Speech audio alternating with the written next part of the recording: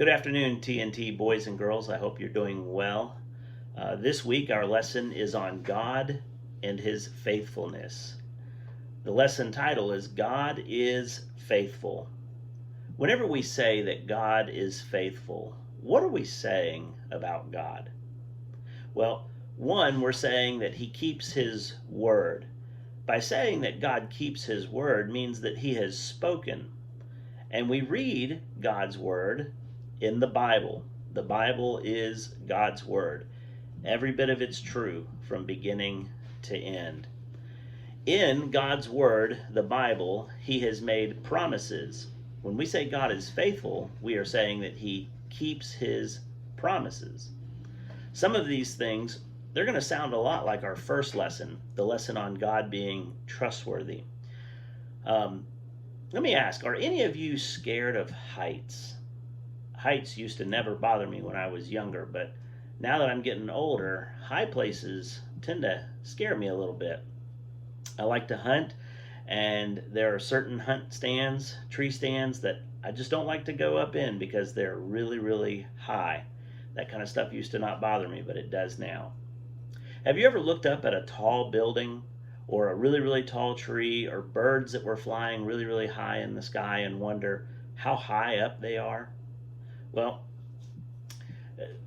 it's hard to just look at something and measure exactly how high it is. You can take a guess.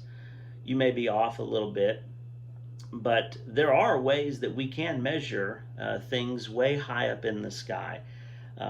We have lasers that can help measure distance. There's ways to use sound, the way that sound bounces. We know the speed at which sound will travel, and so there's some really, really smart scientists out there who can measure distance by using sound.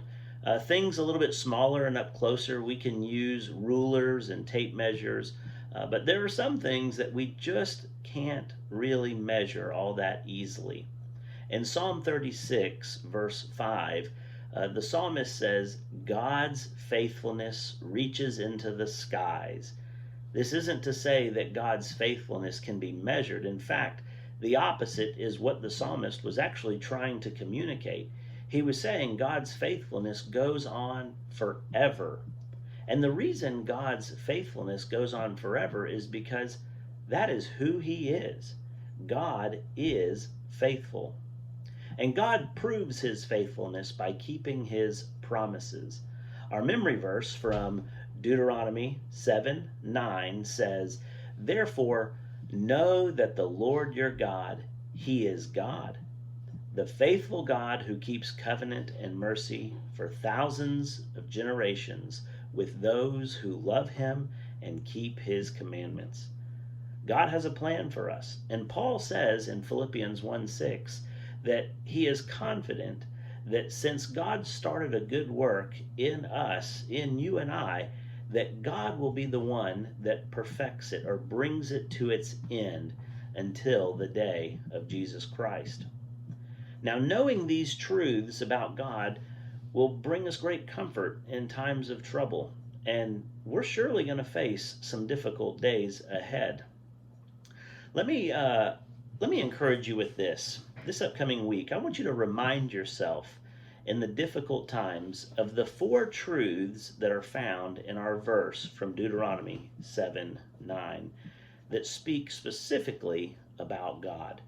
Number one, we learn in Deuteronomy 7:9 that our God is God. That's very important. That's a great starting point.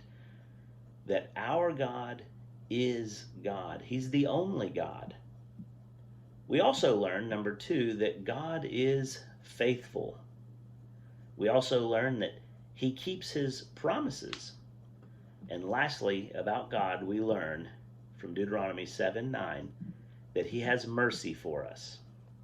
Now, when we remind ourselves of those truths, they should cause us to worship God. And I want to challenge you to never forget that God is faithful. Let's spend the rest of this week thinking about those truths. And let us write down areas in our lives that we can clearly see God being faithful. That'll be a very helpful practice for you this upcoming week.